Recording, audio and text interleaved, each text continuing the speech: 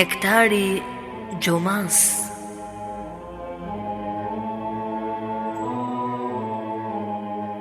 Prezanton Fondacioni Kur'anit.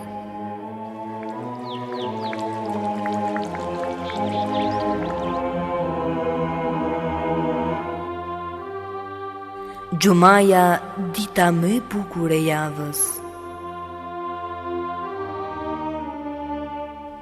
Gjumaja, simboli unitetit të muslimanëve.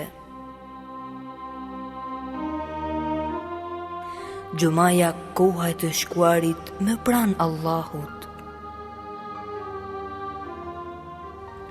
Gjumaja, lulishte me lule të shumta e të ndryshme, me të cilat zbukurohet shpirti. Eja një çdo të gjuma të shëtisim me kopshtin e mbushur me dije dhe të mbledhim bashkë nektarin e luleve të saj e të kënaqemi me to. Çdo ditë të gjuma jemi me ju nëpërmjet emisionit Nektari Gjumas. Bismillahirrahmanirrahim. Alhamdulillahi Rabbil Alamin, wassalatu wassalamu ala Sayyidina wa Nabiyina Muhammad wa ala ahlihi at-tayyibin at-tahirin wa sahbihi al-muntajabin wa ala jami'i al-anbiya illahi wal mursalin. Me emrin e Allahut të gjithë mëshirshmit më shpëlotit. Falënderimet më të sinqerta janë vetëm për Allahun e madhëruar. Paqja dhe mëshira e Allahut qofshin mbi profetin Muhammad, me familjen e tij të pastër, shokët e tij të zgjedhur dhe me të gjithë të dërguarit dhe profetët e Allahut xhaleshanhu. Të nderuar dëgjues dhe shikues, ju përshëndes me përshëndetjen e bukur islame, përshëndetjen e paqes. Assalamu alaikum wa rahmatullahi wa barakatuhu. Paqja, mëshira dhe begatit e Allahut qofshin mbi ju.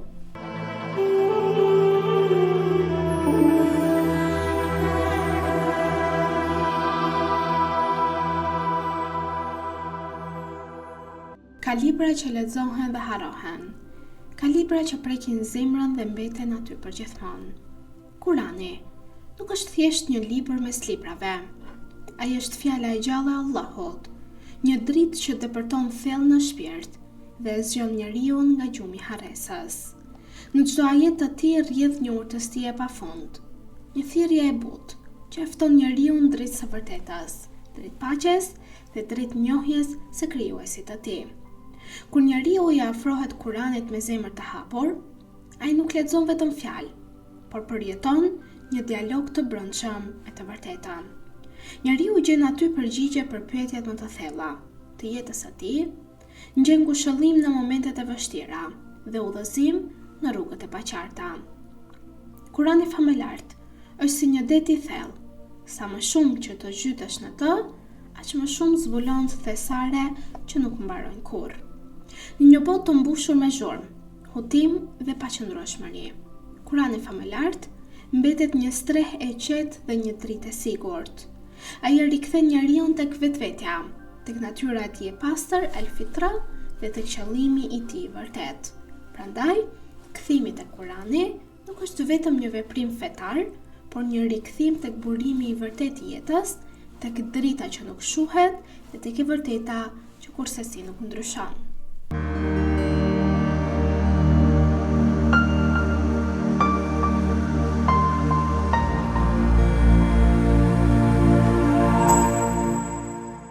Të dashur vëllezër dhe motra, do ju ftoja për ditën e sotme të ndiqnim së bashku ajetet e përzgjedhura nga sura Yunus, nga ajeti 57 deri në ajetin 61 të kësaj sureje.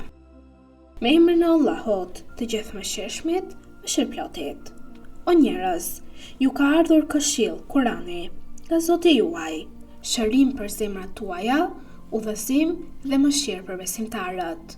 Thuaj, me dhuntinë e Allahut dhe mëshirën e tij, vetëm me këto le të gëzohen. Kjo është më e mirë se ajo që grumbullojnë. Thuaj, çfarë mendoni ju për ushqimin që ju ka zbritur Allahu, një pjesë të cilit e bëni të ndaluar e një pjesë tjetër të lejuar? Thuaj, a ju ka lejuar Allahu për këtë, apo po shpifni gënjeshtra për Allahun? Çfarë do të mendojnë në ditën e Kiametit? Çfarë do të mendojnë në ditën e Kiametit ata që shpifin gënjeshtra për Allahun?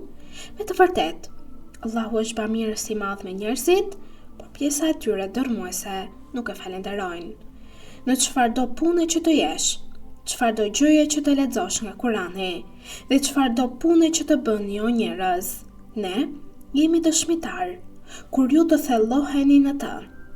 Zoti tënd nuk i fshihet asnjë grimc, peshe në tokë e në qiell, as më pak nga ajo e as më shumë nuk mbetet pa u shënuar në librin e qartë.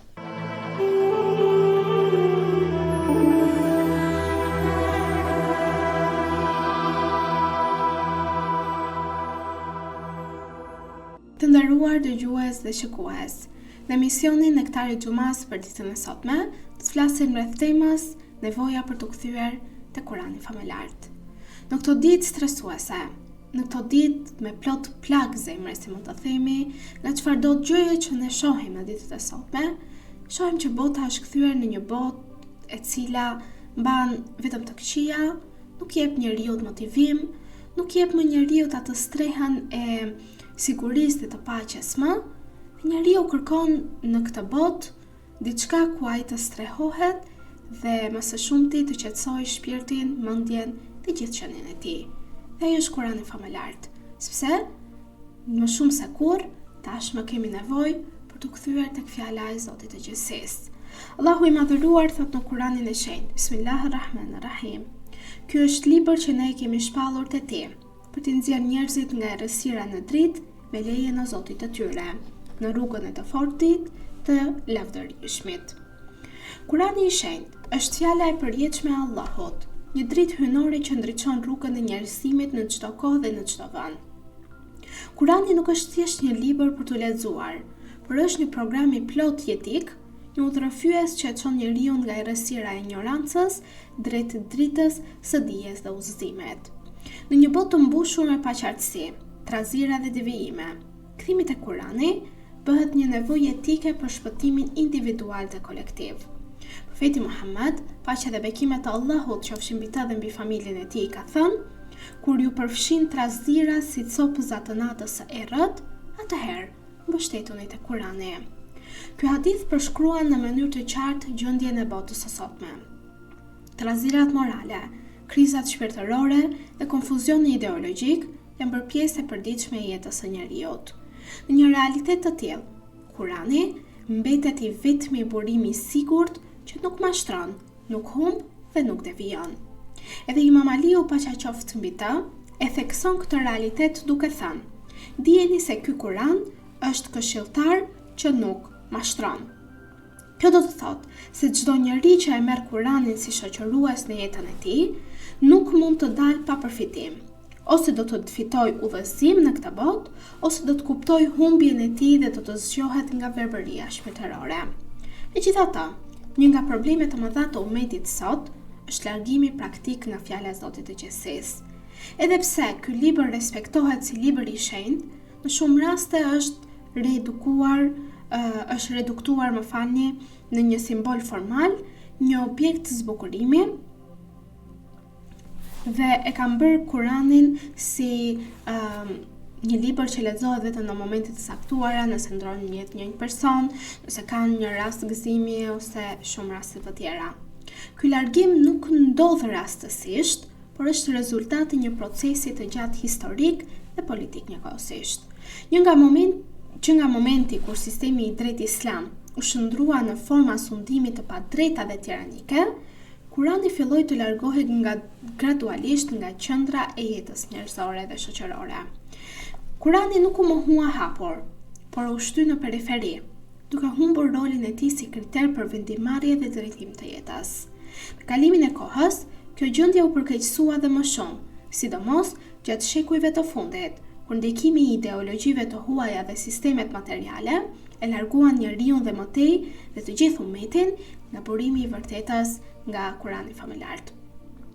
Pushtuesit dhe forcat që synonin kontrollin mbi botën islame e kuptuan shumë mirë se forca reale e muslimanëve nuk qëndronte në pasuritë materiale, por në lidhjen e tyre me Kuranin dhe fenë e pastër islame. Prandaj, strategjia më efektive për dobësimin e tyre ishte largimi i Kuranit nga mendja, qenia dhe veprimet e umetit islam. Ky proces u realizua përmes medjave, sistemeve arsimore dhe politikave që promovonin ndarjen midis fesë dhe jetës. Si pasojë, u krijua një ndarje e rrezikshme midis besimit dhe praktikës. Islami u kufizua në hapësira të caktuara si xhamit dhe ritualet, ndërsa jeta reale, ekonomia, politika, arsimi dhe marrëdhëniet shoqërore u dominua nga sisteme të tjera që nuk kishin lidhje më me mësimet kuranore. Kjo ndarje kështu solli pasoja të rënda si më poshtë, padrejtësi, korrupsionin, humbje të identitetit dhe dobësim të ummetit dhe të unitetit të tij.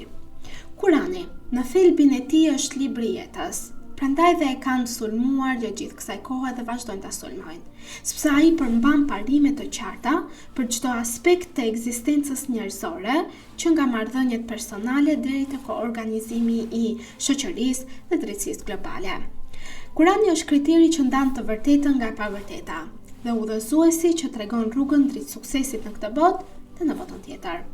Për këto veçori nuk mund të realizohen nëse Kurani mbetet në raftet e librave ose në recitime formale. Kurani duhet të kuptohet thellë dhe të zbatohet në praktik, sepse kuptimi pa veprim është i mangët, ndërsa veprimi pa kuptim është i verbër. Prandaj, kthimi te Kurani kërkon një angazhim të plot, lexim, reflektim, studim dhe zbatim. Një pyetje thelbësore që duhet t'i bëjmë vetes sot, kur neve lexojmë Kuranin familjar, është se ku ndodhet Kurani me të vërtet në jetën tonë? A është pjesë Kurani e vendimeve tona që ne marrim në jetën tonë të përditshme? A udhëheq Kurani marrëdhëniet tona shoqërore? A ndikon në mënyrën se si ne ndërtojmë ekonominë, edukimin dhe drejtësinë? Apo është kufizuar vetëm në rituale dhe ceremoni? Këto pyetje çdo rob besimtar, musliman, duhet t'ia bëj vetes së tij për të kuptuar a i vlerëson me të vërtet Kuranin. Duke nisur nga unë, nga të gjithë ne dhe të përhapet në të gjithë shoqërinë. Historia na tregon se çdo herë që muslimanët janë kthyer sinqerisht te Kurani, ata kanë arritur ngritje dhe sukses të papar. Dhe çdo herë që janë larguar prej fjalës së Zotit, kanë përjetuar më falni dobësi dhe përçarje. Kjo është një ligj hyjnor që kurse nuk ndryshon. Kthimi te Kurani nuk është thjesht një slogan, por një projekt i madh jetësor dhe shoqëror. Kurani kërkon përkushtim nga individët dhe përgjegjësi nga udhëheqësit, dietarët, mësuesit dhe të gjithë ata që kanë njohuri fetare, kanë një rol të veçantë në këtë proces në tejqimin e fjalës së Zotit të gjithësisë, sepse ata janë ndërmjetësit që sillin mesazhin kuranor tek njerëzit e thjeshtë. Në kohën tonë është bërë e qartë se shumë ideologji dhe sisteme materiale kanë dështuar të ofrojnë zgjidhje të qëndrueshme për problemet e njerëzimit. Krizat ekonomike, padrejtësitë sociale dhe boshllëku shpirtëror që ndihet ditë pas dite janë dëshmi e këtij dështimi. Në këtë kontekst, Kurani paraqitet si alternativa e vetme e plot dhe balancuar për këto shpirtra të humbur. Kurani ofron jo vetëm parime teorike, por dhe metoda praktike për ndërtimin e një shoqërie të drejtë dhe të qëndrueshme.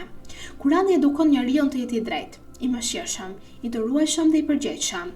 Kurani krijon një lidhje të fortë midis njeriu dhe krijuesit, duke i dhënë kështu kuptim jetës dhe veprimeve që ne bëjmë. Prandaj, kthimi te Kurani është kthim tek vetvetja në bazë, pra, tek identiteti i vërtet dhe tek qëllimi i krijimit tonë. Është kthim tek një jetë e denjë për njeriu, larg padrejtësisë, ignorancës dhe devijimit. Vëllezër dhe motra besimtare, është koha që ta ringjallim Kuranin në zemrat dhe vatrat tona. Jo vetëm duke e lexuar, por duke e kuptuar dhe duke jetuar ata. Le ta bëjmë ato boshtin e jetës sonë, të mendimit dhe të veprimit. Vetëm në këtë mënyrë mund të shpresojmë për një të ardhme më të ndritshme dhe për realizimin e premtimit hyjnor. Dhe ne shpresojmë që Allahu i Madhëruar të na udhëzojë dhe të na forcojë në këtë rrugë, duke na bërë prej atyre që dëgjojnë fjalën dhe ndjekin më të mirën prej saj. Kthimi te Kurani nuk është një zgjidhje e thjeshtë shpirtërore, por është një domosdoshmëri ekzistenciale për çdo besimtar dhe besimtare dhe për të gjithë ummetin islam. Kurani është burimi i dritës, që largon nga errësirat e kohës sonë dhe është ilaçi që shëron plagët e shoqërisë dhe pesha që vendos drejtësi në çdo aspekt të jetës. Nëse dëshirojmë të ndërtojmë një të ardhme të qëndrueshme, plot me drejtësi dhe të ndriçuar, nuk ka rrugë tjetër përveç se të kthehemi tek fjala e Zotit të Gjithësisë dhe të jemi të përkushtuar tek libri i Tij hyjnor të Kuranit famëlar. Le të jetë ky kthim një ringjallje e vërtet në zemrat tona, një ndryshim i thellë në mendimet tona dhe një transformim i dukshëm në veprat tona. Le të mos jetë Kurani veç se një libër që e lexojmë në momente ku ne kemi nevojë, por të jetë Kurani drita jon në çdo hap që ne hedhim. Dhe lutim Allahun e Madhëruar që të na bëj prej atyre që mbahemi pas litarit të Tij, pra pas Kuranit famëlar, që e kuptojnë dhe e zbatojnë atë drejt në jetën e tyre të përditshme dhe bëhemi dritë për veten tonë, për njerëzit përreth nesh dhe bëhemi një shoqëri më e denjë, më e drejtë dhe më e plotësuar shpirtërisht. Në këto momente të nderuar dëgjues dhe shikues, fillimisht duke ju uruar një xumë të begat. Tashmë ju përshëndes me përshëndetjen e bukur islame. Assalamu alaikum wa rahmatullahi wa barakatuhu. Paqja, mëshira dhe begatit e Allahut qofshin mbi ju. أيها الذين آمنوا إذا نودي للصلاة من يوم الجمعة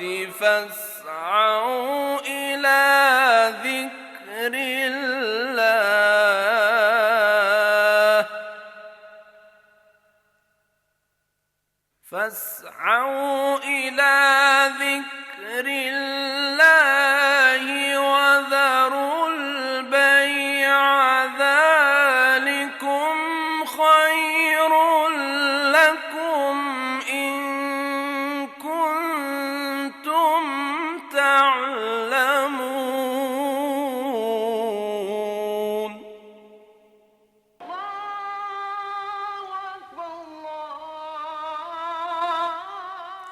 O ju që besuat, kur bëhet thirrja për namaz, ditën e xumas, esni shpejt për aty ku përmendet Allahu, dëgjojini hutbën, falni namazin, e lini shitblerjen. Kjo është shumë më e dobishme për ju, nëse jeni që e dini. Ashhadu anna Muhammad